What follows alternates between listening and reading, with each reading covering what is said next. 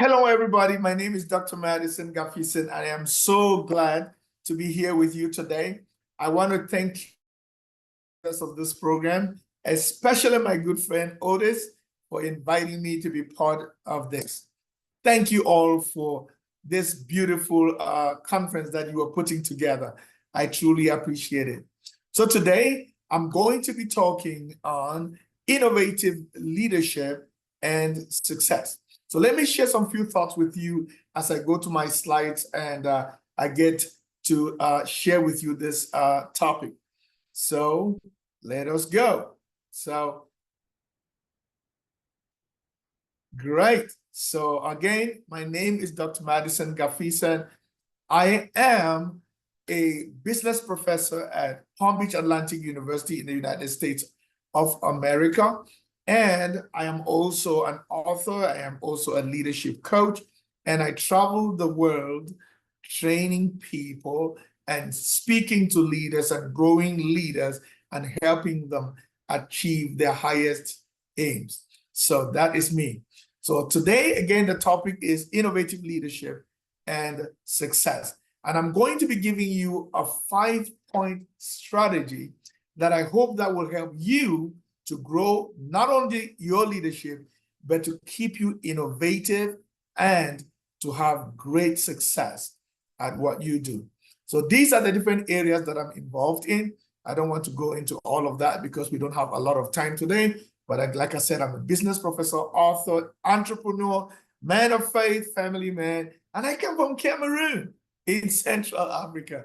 And I see myself as a leader in the higher education, a leader in the business world. I see myself as a leader in my church and faith life, and I see myself as a leader in my country. So leadership to me is what ties everything together. You know, in the past 8 years, through my organization, Lead Missions International, we have trained over 20,000 leaders. So even this slide is not catching up with us because as of July of this year, we crossed our 20,000 mark, training leaders from over 55 countries of the world. And because of what we have done, see this, I have been privileged and honored to receive the highest award in our Maxwell Leadership Organization. It's an organization of over 50,000 speakers and coaches from around the world. So to the right, you will see me and Dr. Maxwell, and to the left, you will see me and some of the faculty that teach in the Maxwell Leadership. I received the Leadership Culture Award for 2023, so it is still very, very, very, very fresh. So that is one of the privileges that I get to have, that I get to travel the world and build leaders just like you. Thank you, thank you, thank you, thank you very much. And lastly, but not certainly the least, this is the book that I wrote. It has been translated now into 3 languages, into English, French, and German as of March of this year. So let us get into the topic of today. Success is defined by many in many, many ways. But my mentor, John Maxwell, defines success as knowing your purpose, growing it to the maximum, and sowing seeds that benefit others. You see, many people look at success to end with themselves, but you are not nearly successful until you sow seeds for others. Many people also think that success is just being lucky. Earl Wilson once said this, success is simply a matter of luck. And he says, ask a failure. Only failures think success is being lucky. But as you would come to realize, success is intentional. Success takes intentional living. So I want to challenge you to live your life in such a way that you become successful. Lead your business in such a way your business becomes successful. Lead your people in the business in such a way that they become successful.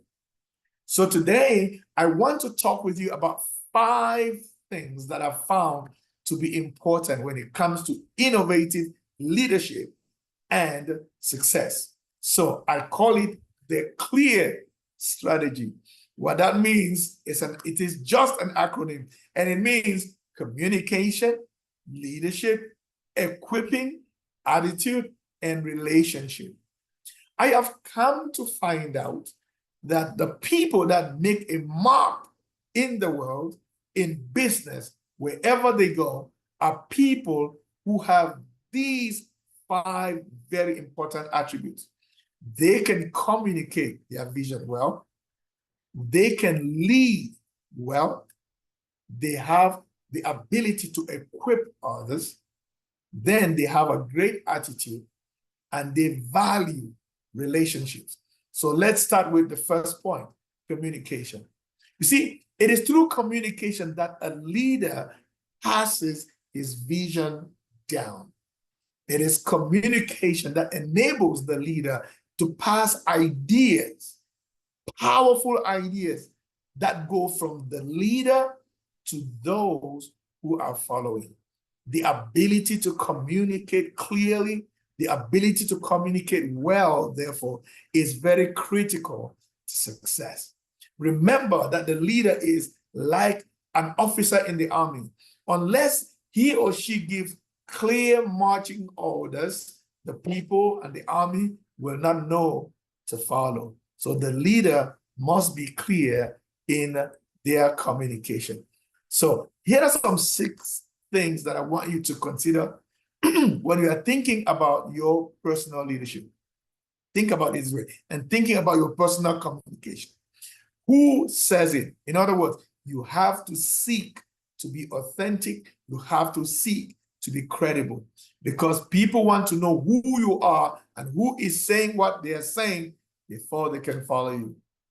What is said, the message itself, how is it said, is important. It has been said that people don't remember what you say, they remember how you made them feel. So think about that, even when you communicate. When is it said? You know, when you say something is as important as what you say. But where was it said? In what context was it said? The leader must be able to understand context when they communicate. And lastly, why is it said? You see, all of the other things might be okay, but why could be a problem. Why speaks about your motive. Is it just because you want to make your ego big, or is it because you care about the people? Communication matters, and we can take our communication to the next level if we think about it. Another thing that I've found to be important for success in leadership, or for success as an innovative leader, is your leadership. What is leadership? Leadership is influence, nothing more, nothing less. If you think you are a leader, and as you turn your head and look behind, you find no one is following you, you are just taking a good walk. You are not a leader. Leadership is the ability to accumulate followers. Leadership is the ability to have a vision and articulate it in a way and live a life that people say, I want to follow. That is what leadership is. You see, leadership has laws. My good mentor, Dr. John Maxwell, talks about the 21 irrefutable laws of leadership. But let me just share 2 laws with you today. Number 1 is the law of the lead. Your effectiveness as a leader will determine how far you take your organization. That's why today we're sitting in this conference, learning and helping yourself to come to a place where hopefully you can go back and lead the people well. So here's what I want you to do. Raise the lid on your leadership. Remember this, if your leadership level is 5 on a 10, you see, your effectiveness can only rise to 5. In other words, you can never take your people beyond a 4. But if your leadership ability is at a 7, you can lead your people probably up to a 6. So your leadership will determine your effectiveness. So raise the lid on your leadership. And how do you raise it? By making sure that you come to a program like this and see and know and learn the importance of leadership. Another law of leadership is the law of process. Understand that if you would become a great leader, it will cost you a daily walk in leadership. You see, leaders grow daily and not in a day.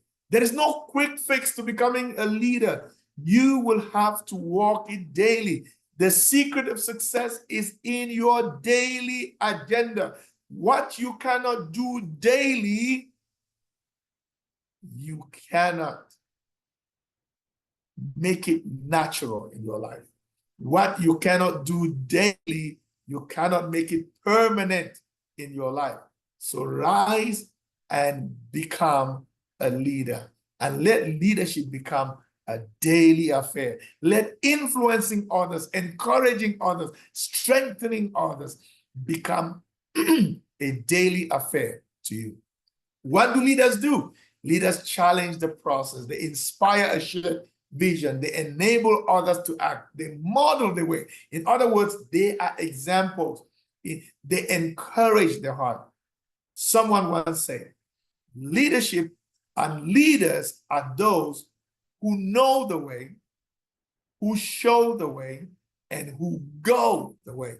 If you would be successful, you would not only have to know the way, you would not only have to know and to show the way, but you would have to be somebody who can do the three. Know the way, show the way, and go the way. That is what leaders do. But not only that, leaders understand that they have to equip others, because your success, unless it has continuity, is really not success. Your success, until it can go from one generation of the company to another, is not really success. Leaders live a legacy. And the way leaders begin to leave a legacy is that they equip others with the wisdom, with the understanding, with the knowledge that they have. They bequeath knowledge to the next generation of people that are following them. So grow from just being someone who is successful on their own, or who wants to be successful on their own, and someone who builds others so that you can succeed together. You see, success in leadership and innovative leadership is being able to grow your vision from me to we. When you grow your vision from me to we, you make a successful organization. But the question is, why do people then never successfully equip others? Well, because it's hard work. That's why you came to this conference, so that you can begin to do the hard work of equipping others. You came to this conference so that you can begin not just to underestimate others, but to see potential in them and to bequeath to them the ability, oh God, to do what they need to do, right? You know, people never equip others because they underestimate them. They enjoy doing tasks themselves. They have an ego strength that need to, that needs to be soothed. Sometimes people don't develop others. Why? Because they have a habit of doing everything. Sometimes it's because they want control. Sometimes it's because they don't tend to notice potential that is around them. But don't be that kind of a person. If your business will be successful, if your firm will have to be successful, if your team will have to be successful, what you know, you must release it, you must bequeath it to the team so that the team can also be successful. Now, let me say this. Here are some 3 teamwork laws that I want to leave with you. Number 1, it's called the law of significance. It simply says, One is too small a number to achieve greatness. I want you to say that with me. One is too small a number to achieve greatness. Say it again with me. One is too small a number to achieve greatness. In other words, greatness is achieved with others. Start working with others. Start networking with others. The second law is the law of Mount Everest. It says, as the challenge escalates, the need for teamwork elevates. Do you notice that as you grow? Do you notice that as your business grows? Do you notice that as you dream bigger, it seems as you need more people? That is the law of Mount Everest. Every time the challenge goes up, teamwork needs to go up too. The last law I want to talk in terms of teamwork is the law about gathering and growing. A team is something so big.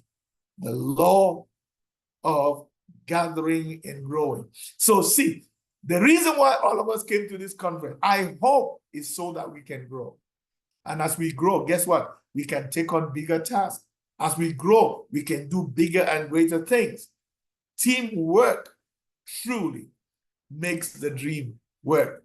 But number 4, I want you to also focus on your attitude. You have heard it said that your attitude, not your aptitude, will determine your altitude. Be someone who has a great attitude. Listen to this. Let me say this to you. A study that was carried out a couple of years ago discovered that leaders need ambition, they need skills, they need an attitude towards the company, they need an attitude towards people, they need an attitude towards the excessive demands that time and energy and other people place on them. But it was said that the greatest thing that leaders need is a great attitude. Hugh Downs once said this. He said, a happy person is not a person with a certain set of circumstances, but rather a person with a certain set of attitudes. So develop a good attitude. When you are under pressure, how do you behave? When things come upon you, how do you behave? Decide that you will be a leader, man and a woman of a great attitude. And if you are, it will take you to the altitude that you need to be. So here's my question to you. Do you elevate your ambition on a regular basis? Do you invest in your own skills, improvement, and learning? Do you foster a healthy attitude in yourself and for your organization? Do you foster a healthy attitude for your family, friends, and co-workers? Do you respond to excessive demands on your time and energy with a positive attitude? That is what attitude is really about. You know what? One of the things we should know about attitude is this. Our attitude is a choice. Number 2, our attitude determines our approach to life. Number 3, our attitude can turn our problems into blessings.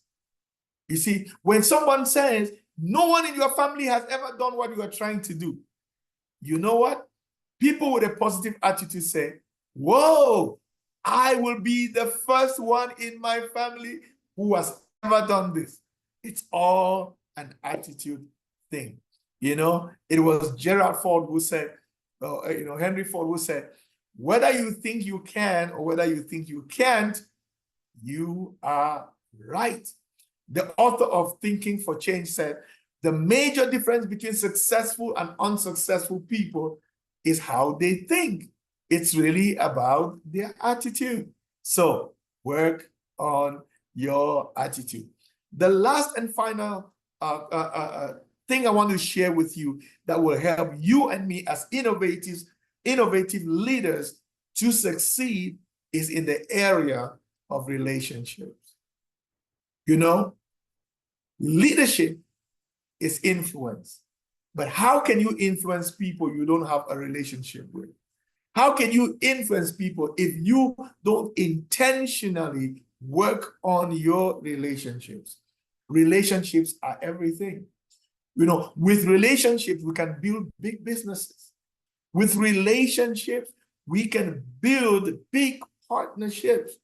My hope is that as you are sitting by someone, as you talk to somebody during the lunch break, you would get to exchange with them. You will get to build a relationship with them. You will get to network with them. And hopefully after this, you will get to call them. You get to write to them. And hopefully you can build a relationship that can be mutually beneficial. Relationships are everything. Somebody said that there are good ships and there are bad ships, but there is no ship like relationship. It is, by the way, success, research shows, is about 87% people knowledge and 13% product knowledge. So if you have a product, if you offer a service, your ability to know that service so well, to understand how that product works so well, and to communicate it in a way that people buy it is only 13%. 87% is about people knowledge. So let me ask you, do you know your people? Do you have relationship with them? Now, you have to know that people are important because of 4 things. Well, people can add to your life. People can subtract from your life. People can multiply our lives, and people can even divide your life. So your relationship must be careful. Carefully thought out, carefully embraced, carefully enter into. Why? Because the people you enter into relationship with them can add to you, subtract, divide, or multiply. I am looking for someone who can add to me, someone who can multiply me, and I'm looking for someone that I can also multiply my life in them, and I can also add value to them. That is what relationships are really all about. But here are some relationship rules that I want you to start to think about and to keep from today. Number 1, love and respect yourself. When it comes to relationships, if you don't love yourself, you would hardly want to love others. You hardly know how to love others. So love yourself. Number 2, put energy into being likable. It is a good thing to think about whether what you are doing is going to be something that people like. Put energy into knowing people's names. Their names are the most important, the sweetest words that they ever hear. So call them by their name. Focus on their interests, not on your interests.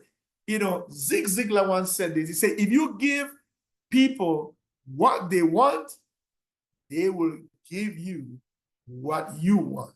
So spend your time being interested in people. And when you know their interests, ask yourself, what can my business do for people who are interested in this thing? What can my product do for people like this one that I'm talking to who are interested in that other thing? One of the relationship rules is ask for help. So as you sit at the conference today, there is someone beside you who knows something you don't know. Think about partnering with them. Think about asking them a question.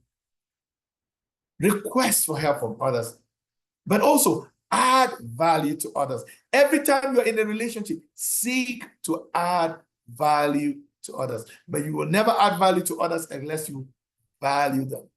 Start valuing people. Add value to yourself so that you can take the value you have and give to others. A man can only give what he has. So one of the relationships rules that I've found to be very important to me in my life is the 101% rule. What is that? Look for the 1% that you agree with someone and give that 1% 100% of your energy, you will suddenly notice that it can change and transform that person. Number 8, love people more than opinions. In America today, we have such a divide. We have such a divided country. But I have made a choice to love people more than their political opinions. Begin to love people beyond just their opinions. Number 9, follow the golden rule. Do to others as you would want them to do to you. When you do that, you build relationships. Last thing, seek out resources to help you grow in your relationship skills. And that is how you can expand even on your relationship. These are but simple things that you can do and be innovative about and change your world drastically. Well, I can only have the number of minutes that I had to share with you, but one of the things that I want you to do is you can scan this code that you find before you, and hopefully this code will help you be able to connect with me. It has some of my contacts, and you can reach me on LinkedIn, you can reach me on Facebook, you can reach me on Instagram. But my heart's desire is to be able to make a difference with leaders around the world. I want to thank you for having taken this moment to listen to me. My prayer is that you will turn out and become the leader that will change the face of entrepreneurship in your country, that will change their family, that will change their community. I want you to become an entrepreneur that will literally change your country. Years ago, I attended a conference and I was listening to my mentor. When he said, I have a book that I have written that I want each one of you to get, I couldn't wait to rush out of the hall to get that book. And when he said to us, that book is called The Day Before Tomorrow. No, I'm sorry. That book is called The Greatest Story Ever Told. And so I thought to myself, oh my God, the greatest story ever told, what could that be about? And so I rushed out. I couldn't wait to lay the book in my hands. But when I opened the book, it was all blank pages. I flipped some more, I saw blank pages. I flipped some more, I saw blank pages. Then I flipped backward because he had said he had written a note at the beginning of the book and signed for everyone who would buy that book. So I went back to the beginning note. And when I opened to the beginning note, it said, dear friend, the greatest story ever told can only be written by you. And he said, fill the pages, the blank pages I have provided for you in this book with good acts and acts that are transformational, acts that will change the world. And that will become the greatest story ever told. When I read those words, it inspired me to decide that every day of my life, I will live my life in such a way that it will count. I will live my life in such a way that it will become the greatest story ever told. As I end today, this is my challenge to you.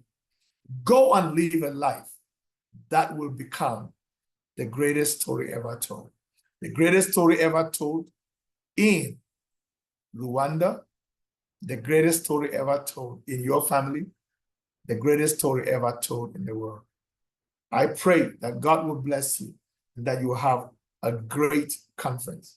God bless you and thank you. Thank you, Otis. Thank you, organizers, and see you in Kigali one of these days. Bye-bye.